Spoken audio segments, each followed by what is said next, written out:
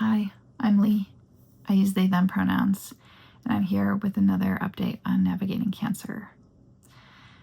I am right in the midst of my second round of chemotherapy. I am actively getting chemotherapy pumped into my body with this little convenient pouch that I carry around with me. I am just at the final stages. The screen you can't quite see tells us that it is low, which means I almost have all 100 milligrams of this final round. I get, when I go in on the first day of each cycle, I get the really intense stuff put in that they don't want me to go home with because it's so toxic that if it spilled out in any way, it would be really, really dangerous for my cats, for myself, for anyone in my home. So they put that in me at the infusion center. This stuff is also dangerous. I have a whole spill kit and rules about what to do if anything were to leak out of this system. It's pretty solid, but I have a whole kit and a whole process for managing that. It's pretty wild. But this just is a 48-hour little home infusion kit that has a little tube, and that, if you remember from one of the first videos, I talked about the port that is in my chest. This is literally plugged into that port. I can show you for those who are interested. If you don't want to see it, you can just pause or fast forward the video, but I'll just give you a quick look at my little port plug-in. So we're all plugged in, and the tube is just running down through my shirt into this fun little case. So I am actively steeping in my chemo tea and getting all anti-cancered is the goal. And I just wanted to report in. So I'm in round 2 of 12. I don't feel awesome. While I'm getting the infusion, I tend to feel just kind of crummy. Last time around, the worst of it hit after the infusion was done, and my body was then like trying to get the chemo out of my body. That was when things felt even more awful, but I am noticing more of the symptoms than I felt the first time around, which is common because the understanding is that the effects of chemotherapy are cumulative. So each round, as more chemotherapy builds up in my body and more of my body is impacted by it, I'm going to experience it more. So the first time around, I felt a little bit of cold sensitivity. I felt a little bit of neuropathy. I definitely had some pretty severe migraines, some pretty severe nausea after. Definitely starting to feel some nausea, but I have some stronger anti-nausea medication. I have a little patch behind my ear that I put on this morning because I know that's when it started pretty badly for me last time around. But the neuropathy today has definitely started. I've got the pins and needles in my fingers going pretty strong today, which is not exciting. And the cold sensitivity is more intense too. And so like I put gloves on to reach into my refrigerator now, and I have this new experience now where my tear ducts hurt when I cry. So as if my heart hurting when I cry wasn't enough, now my eyeballs hurt too. It's an interesting sensation. It's kind of like the experience you have when you eat something really sour, like those really sour candies like Sour Patch Kids or Warheads, those really sour candies, and you feel that really tight clench in your jaw. I feel that up in my eyelids and behind my eyes and my tear ducts. Apparently that's a common experience, is like strange muscle cramps or other type of cramps from the chemotherapy. So this has been a really interesting experience of new sensations in my body I've not experienced before. So just learning to process through and allow myself to be upset about how I'm feeling and not enjoying it, and thanking myself for continuing to show up and do the hard things and the scary things that are going to take out the cancer. I'm looking at my lab results, and I can very clearly see that the number of cancer cells in my blood are dropping just from the first round of chemotherapy. The number has gone down, and obviously from surgery, taking out the tumors, and taking out the portion of my liver and taking out the lymph nodes that had cancer, the numbers dropped exponentially, and they have dropped already from the first round of chemo. So what we're doing is working, exactly as my doctors had expected. And so I have hope, and I know this is the right thing, and also I hate it, and it's awful, and it feels terrible in my body, all at the same time. And holding space for this is great and this is terrible is really confusing and upsetting. And yeah, I don't love it, and also I'm grateful. So it's a wild ride, and I just wanted to share the update of the experience, and also on the non-physical side of the experience, just I'm continuing to revel in how unexpected the ways the universe continues to show up to take care of me through all of this. And when I talk about the universe, you know, everybody has their own name for that thing that's bigger than us, that is outside of us, that takes care of us, you know. I think in common religions, people use the term God.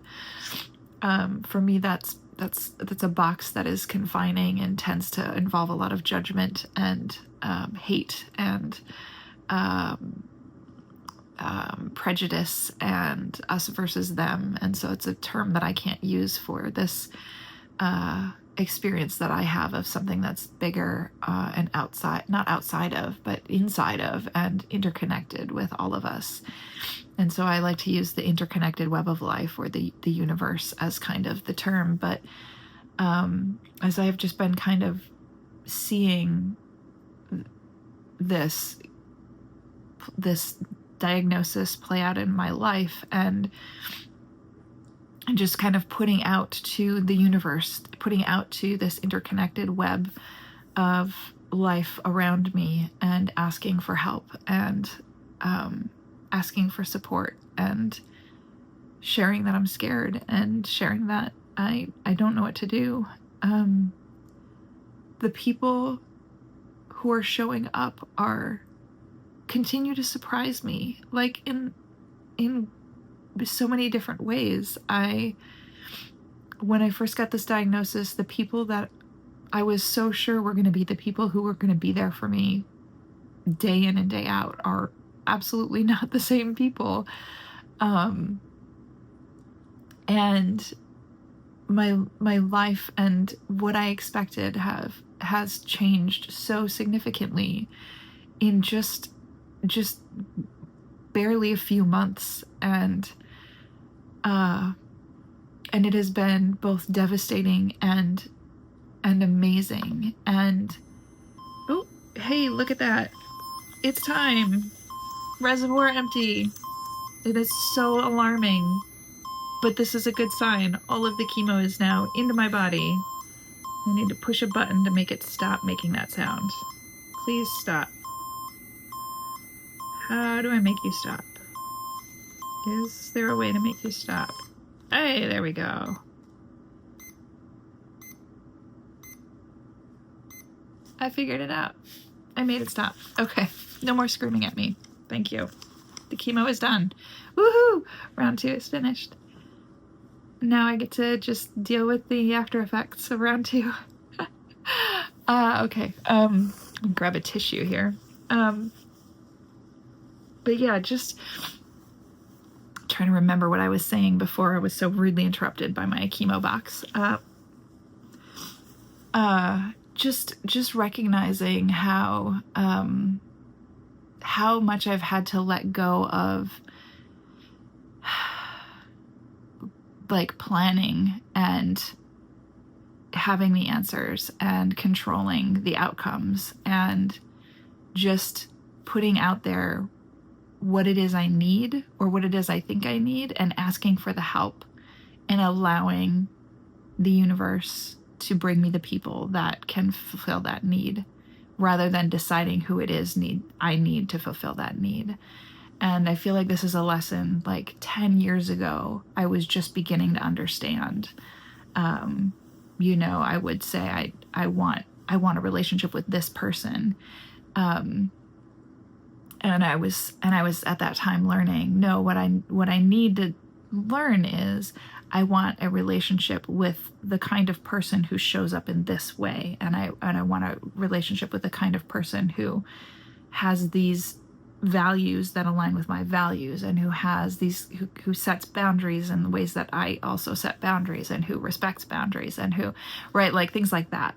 Or I want friends who show up in these kinds of ways, or I want, work relationships that have these kinds of interactions, right? This is the kind of people that I want in my life, not I want that person and I want that person to be this way, because then I am needing some person to become a different person to be the person that I want. And that's I wouldn't want somebody to want that for me, right? And so like fast forward 10 years to now, and going through this diagnosis and having to let go of all expectations of who it is that shows up for me, and instead just asking for what I need and allowing the universe to bring the people who are the people that want to fill that need for me. And also their showing up for me is also a gift to them, right?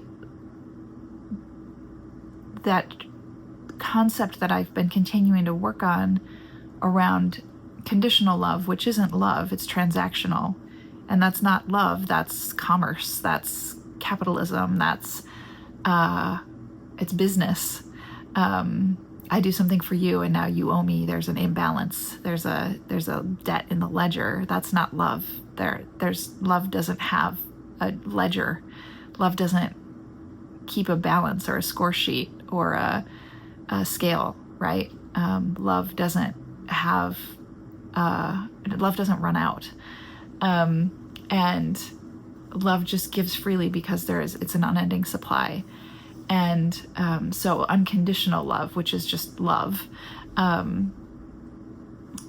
when you are giving it, it is a gift to share it, to give it, just as much as it is a gift to receive it. And so I've been learning to just put out into the universe what it is I need or desire and seek. And I'm allowing the people to show up who have that capacity and the desire, and they're putting out into the universe what it is they desire and need and seek. And what I have is what they need, right? And it's balanced, not from the ledger standpoint, but just from the love standpoint. Like, we are able to give and receive in the ways that there's no ledger.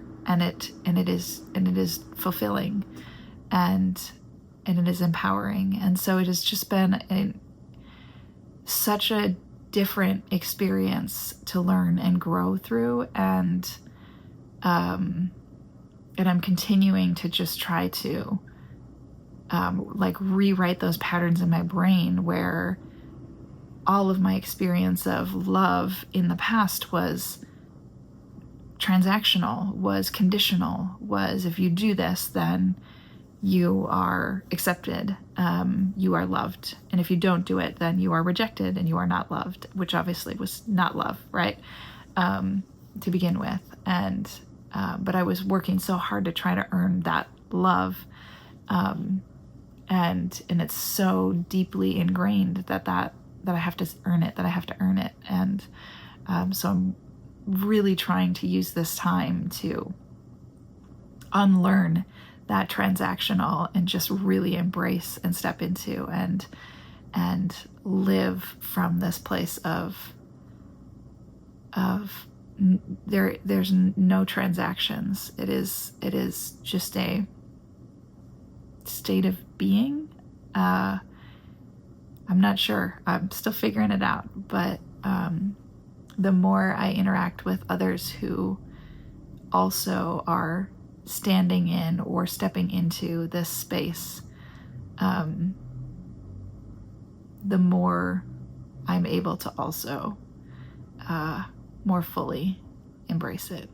So thank you for being with me on this journey of navigating cancer. I hope that it also is inspiring you in your journey, whatever your journey is. And may we all grow together, learn together, heal together. Until next time.